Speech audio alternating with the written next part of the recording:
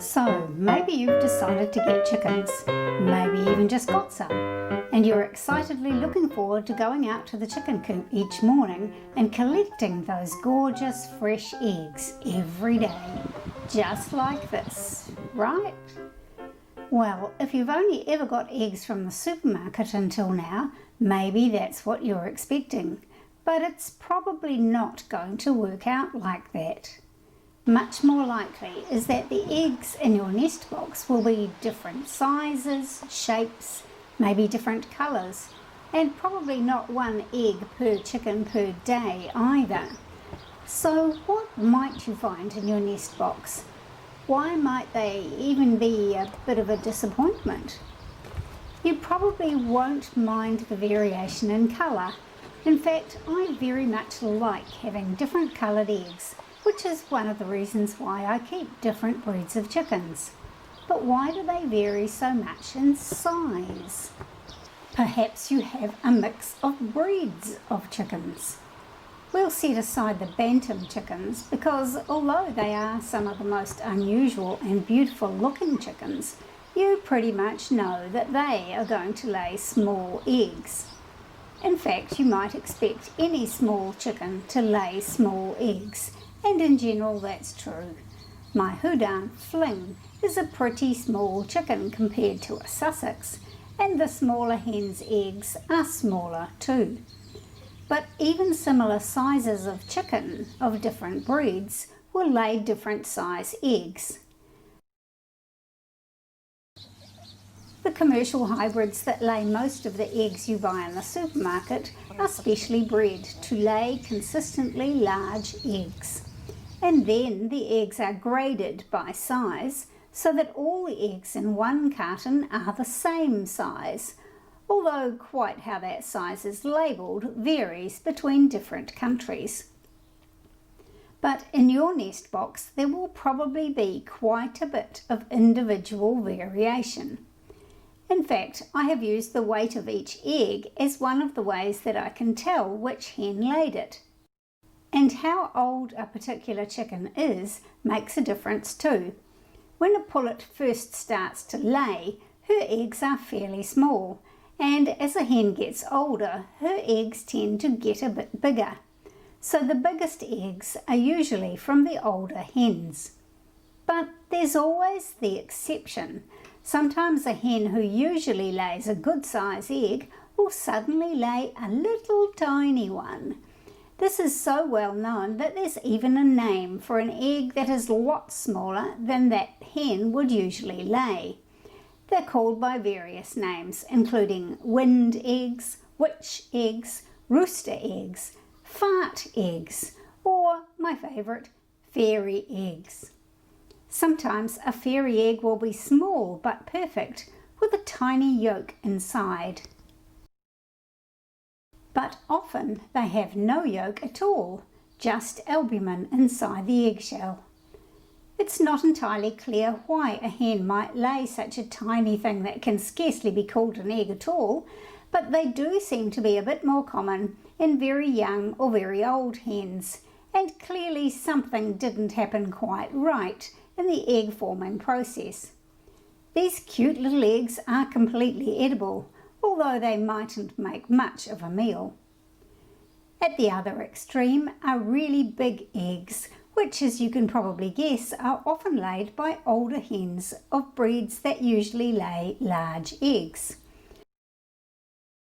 The biggest egg I've ever had in my nest box so far weighed 115 grams.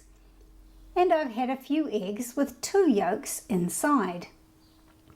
It's actually not that rare for an egg to have 2 yolks.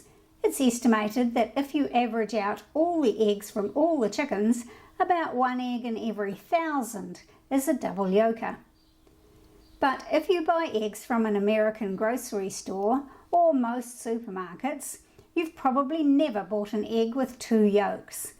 That's because commercial eggs are inspected using a bright light to check for any unusual things inside the egg, and an extra yolk is considered unusual, so the egg is removed from the supermarket packing line.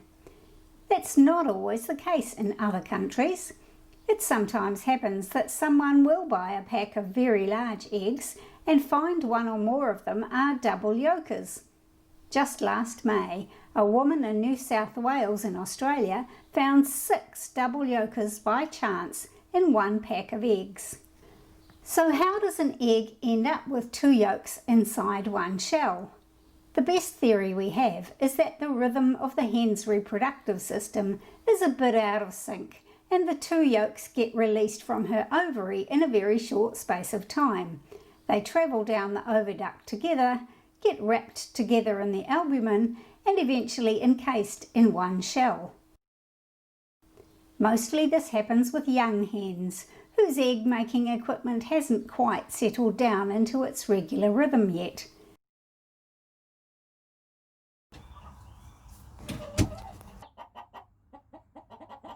It can also happen to an older hen, whose system is maybe becoming less reliable.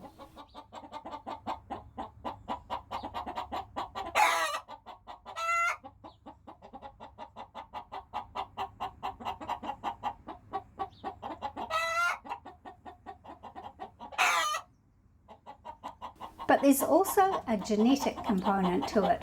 Some breeds are more prone to making double-yolked eggs than others. These are typically the heavy breeds, which are not so often used for egg production because they are not as productive as the light breeds.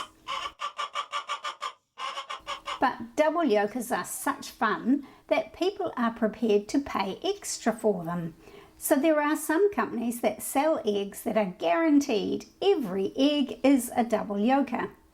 They can do this by selecting eggs from younger hens from a line that tends to lay double yolkers, and then inspecting the eggs as usual, but this time to make sure that each egg in the pack has 2 yolks.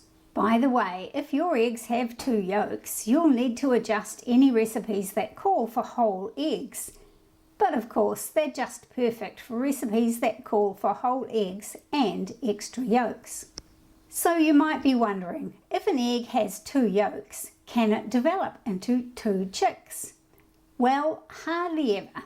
If the egg was fertile, then both baby chicks might start to develop, but they would be competing for the space and nutrients, and it's unlikely that they would both grow to maturity. Even if they did, there would probably not be enough air in the air cell for both chicks to breathe before they pipped the shell open. In the very rare reports of 2 live chicks being hatched from one shell, someone has usually had to break the egg open to release the chicks prematurely, which is a huge risk in itself to the chicks inside. So double yolk eggs are a bit of a mixed blessing, and interesting enough, folklore about them is mixed too. In ancient Norse folklore, getting a double yolked egg is a sign that someone is going to die soon. Another superstition is that they are a sign someone you know will become pregnant, maybe with twins.